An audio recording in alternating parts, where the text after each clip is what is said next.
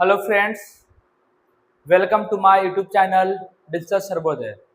जैसा कि आपको पता है कि हम लोग जो अभी सीरीज कर रहे हैं वो क्लास 10th के सिलेबस के अनुसार बायोलॉजी के कर रहे हैं। तो बायो में हमने कल स्टार्ट किया था जैव प्रकरण।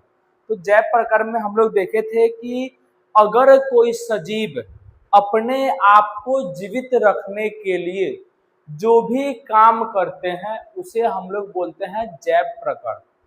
और उसमें हम लोग पढ़े थे कि अगर कोई सजीव जीवित रहने के लिए काम करता है तो भैया वो पोषण करेगा, श्वसन करेगा, परिवहन करेगा, उत्सर्जन करेगा। तो ये सभी जो क्रिया है वो किसी भी सजीव को जीवित रहने के लिए किया जाता है, तो उसको बोलते थे जैव प्रकरण। ये आपका बायो का यूनिट 1 है। अब आगे बात होता है कि यूनिट 1 में मतलब कि जैव प्रकरण में जो जो भी हम क्रिया करते हैं उनको विस्तार से यूनिट बाय यूनिट पढ़ेंगे। तो सबसे पहला आपका जो चैप्टर का नाम होगा वो होगा पोषण। मतलब कि हम लोग भोजन जो करते हैं, हम लोग जो पोषण ग्रहण करते हैं उसके पीछे का रीजन क्या है, आखिर में वजह क्या है कि हम लोग भोजन ग्रहण करते हैं, तो देखेंगे। लेकिन सबसे पहले उससे पहले हमारे बीच एक टॉपिक हमारे सामने दिख रहा होगा कि सजीव और निर्जीव ना। हमने बचपन से लगातार पढ़ा है सजीव और निर्जीव में अंतर क्या होता है। तो हम लोग पढ़ते हैं कि सजीव चल सकता है, सजीव श्वसन करता है, सजीव खाना खाता है या बढ़ती, इसके तुलना में निर्जीव ये सभी कार्य नहीं करता है। लेकिन अगर हम बात करें कि सजीव और निर्जीव में सबसे मेन रीजन क्या है, सबसे पावरफुल जो आपका डिफरेंस होगा वो क्या होने को है, तो सबसे बढ़िया जो डिफरेंस है उसी डिफरेंस के माध्यम से हम लोग बोल सकते हैं, उसी अंतर के माध्यम से हम लोग बोल सकते हैं कि ये सजीव है और ये निर्जीव है। तो बोलता क्या है, सजीव और निर्जीव पदार्थ में सबसे बड़ा अंतर है अणुओं का विन्यास एवं संयोजन।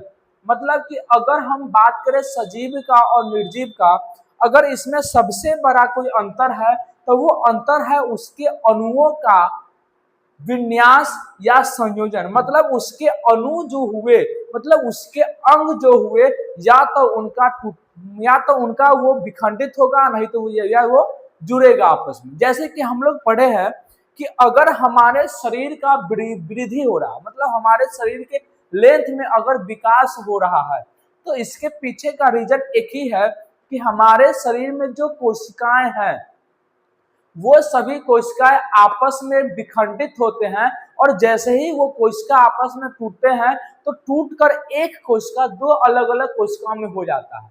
अगर हम बात करें निर्जीव पदार्थ का, तो क्या ये जो मेरे हाथ में पेन है, इस पेन का साइज कभी बढ़ सकता है? नहीं बढ़ सकता है। इसके पीछे का रीजन है कि इसका जो अणु है, इसके अणु में विखंडन की क्रिया नहीं होता है, इसके अणु में संयोजन की क्रिया नहीं होता है। लेकिन अगर हम अपने आप की बात करें, हमारे शरीर का विकास हमेशा होता है। हमारे शरीर की बात करें या जो भी सजीव है, आप एक पेड़ पौधा की बात करें, आप एक पक्षी की बात करें, आप एक पशु की बात करें, तो उनके शरीर में, उनके शरीर की लंबाई में हमेशा वृद्धि होता है। इसका कहने का मतलब हुआ कि उनके पास जो अणु हुआ उनका विन्यास हुआ, अर्थात उनका संयोजन होता है। तो ये सबसे मेन रीजन आपका होता है सजीव और निर्जीव में। आगे बोलता है जीवित पदार्थ में अणुओं का विशेष प्रकार से संयोजन होता है जिसके फलस्वरूप जीवों का निर्माण होता है। मतलब कि जो भी जीवित पदार्थ है, जैसे कि हम लोग पढ़े होंगे कि अगर मानव बॉडी की बात करें, मानव बॉडी की बात करें या कोई भी सजीव की बात करें, तो उसमें सबसे जो छोटी इकाई होती है भैया वो आपका कोशिका होता है। तो कोशिका जितना हुआ वो सभी आपस में ऐड होता है। कोशिका जैसे ही आपस में ऐड होता है तो कोशिका मिलकर बनाता है उत्तक। जैसे ही उत्तक आपस में मिलता है तब ये बनाता है आपका अंग। जैसे ही आपका अंग आपस में मिलता है तब ये बनाता है आपका अंग तंत्र। और जैसे ही ये सभी अंग तंत्र आपस में मिलता है तब एक पूरा शरीर का निर्माण होता है, आपके पूरा शरीर का निर्माण होता है। तो एक कोशिका से अगर हमारा पूरा शरीर का निर्माण हुआ है तो इसके बीच कहीं ना कहीं संयोजन की प्रक्रिया हुआ है, और उसी संयोजन प्रक्रिया के फलस्वरूप जीवों का निर्माण संभव हो पाता है। मान के चलिए अगर हम अपने शरीर की बात करें, हमारे शरीर में कोशिका का संयोजन अगर नहीं हो पाए, तो जैसे ही कोशिका का संयोजन नहीं होगा तो भैया क्या आपका उत्तक बनेगा? तो ऊतक नहीं बनेगा, और जैसे ही भैया आपके शरीर में ऊतक नहीं बनने को है तो ये आपका अंग आगे नहीं बनेगा, और जैसे ही अंग नहीं बनेगा तो आपका अंगतंत्र या शरीर का निर्माण नहीं हो सकता है। तो ये आपका था कि सजीव और निर्जीव में जो हम लोग बचपन से इसका डिफरेंस पढ़े हैं कि भैया सजीव चलता है, निर्जीव नहीं चलता है, सजीव खाना खाता, सजीव निर्जीव खाना नहीं खाता। तो वो अंतर को भूलकर अब आपको ये बात को याद रखना है कि अगर सजीव और निर्जीव में सबसे बड़ा अंतर को ये भैया था क्या है, अणुओं का विन्यास एवं अणुओं का संयोजन।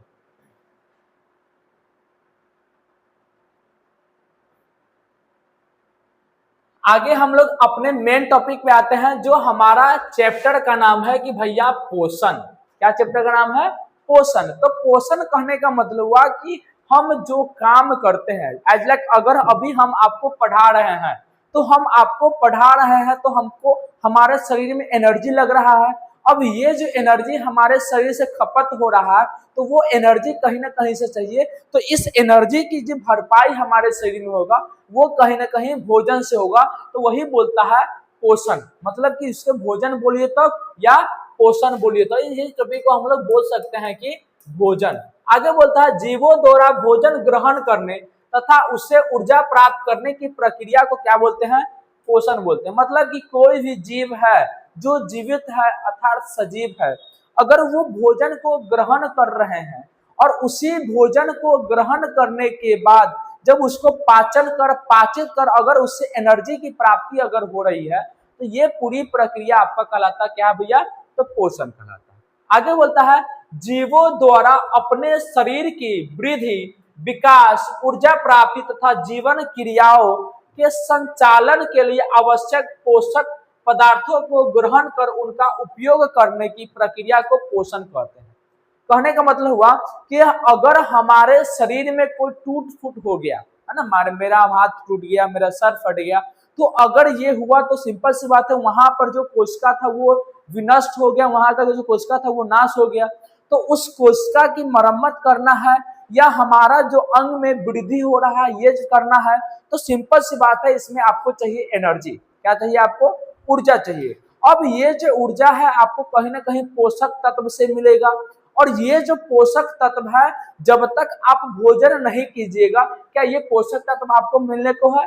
नहीं मिलेगा। तो वही बोल रहा है कि अगर हमारे शरीर में कोई टूट फूट हो रहा है, हमारे शरीर में अगर एनर्जी की आवश्यकता कहीं से पड़ रही है, हमारे शरीर को वृद्धि करने की आवश्यकता पड़ रही है, तब हम जो पोषक तत्व ग्रहण करते हैं वो जो पोषक तत्व आपको प्राप्त होता है, यही प्राप्त होने की प्रक्रिया आपका क्या कहलाता है?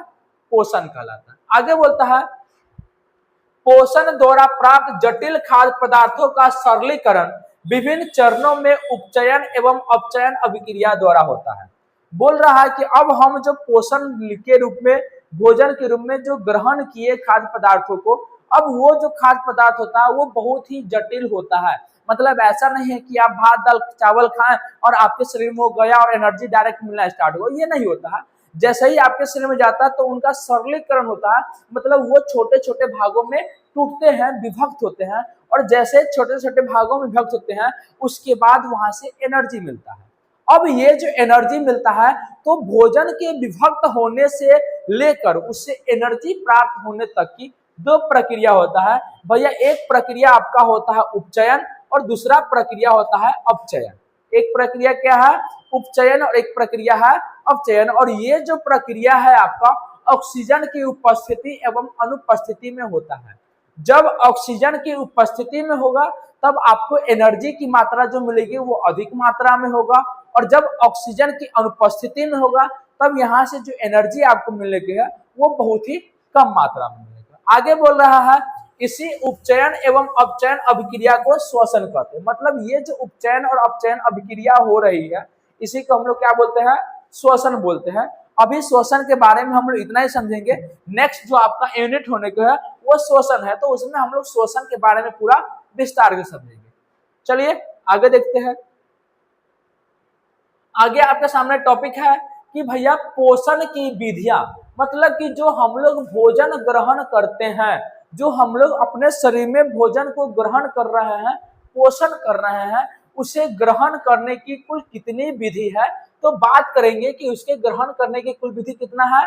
2 विधि है। सबसे पहला विधि का नाम भैया आपका क्या है, स्वपोषण, और दूसरा का नाम है आपका परपोषण। अगर नाम से देखें तो स्वपोषण की अगर बात करें, हम लोग स्वपोषण की बात करें तो ये दो शब्द से आपको मिलकर लग रहा होगा। एक पहला शब्द है आपका स्व प्लस दूसरा शब्द है आपका पोषण।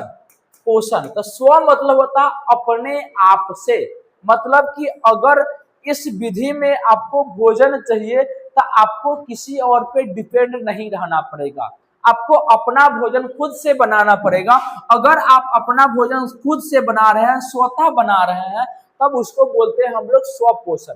अब जैसे हम लोग बात करें कि अगर हम एक मानव जीवन की बात करें तो अगर हमको चावल खाना है, अगर हमको रोटी खाना है, तो हमको चावल खाना हो, रोटी खाना हो, फल खाना हो, दूध पीना हो, तो इस सभी के लिए हमको कहीं ना कहीं दूसरे चीजों पर निर्भर रहना है। जैसे कि अगर चावल है तो हमको धान के खेती पर निर्भर है, मतलब पेड़ पौधा पर निर्भर करना पड़ रहा है। अगर हमको मांस खाना है तो पेड़ मतलब जंतुओं पर निर्भर हो रहा है, तो कहीं ना कहीं दूसरे पर निर्भर है। लेकिन अगर पेड़ पौधा की बात करें तो अगर उसे अपना भोजन बनाना होता है तो वो अपना भोजन खुद से बनाते हैं। तो पेड़ पौधा जो भैया होगा आपका क्या होगा, स्वपोषण होगा। दूसरा आपका बोल रहा है परपोषण। अगर परपोषण की बात करें तो परपोषण भी दो शब्द से बना है, एक आपका है पर, दूसरा आपका है पोषण। अगर हम लोग पर की बात करें तो पर का मतलब होता है दूसरा।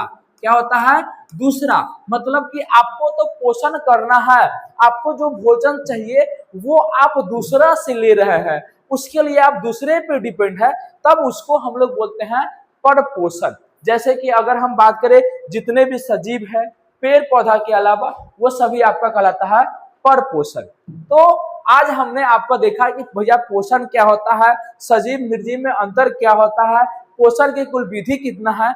अब आपका जो आगे का टॉपिक रहेगा वो रहेगा भैया एक स्वपोषण और दूसरा रहेगा परपोषण। तो नेक्स्ट जो वीडियो हम लेकर आएंगे उसमें आपको बढ़िया से समझाएंगे कि भैया स्वपोषण होता क्या है, स्वपोषण कहाँ से शब्द, ये स्वपोषण जो शब्द है वो शब्द आया कहाँ से है ना, या पेड़ पौधा जो अपना भोजन बनाता है वो किस प्रक्रिया द्वारा बनाता है। तो ये सभी के बारे में हम लोग नेक्स्ट वीडियो में देखेंगे। तब तक के लिए थैंक यू एंड जय हिंद।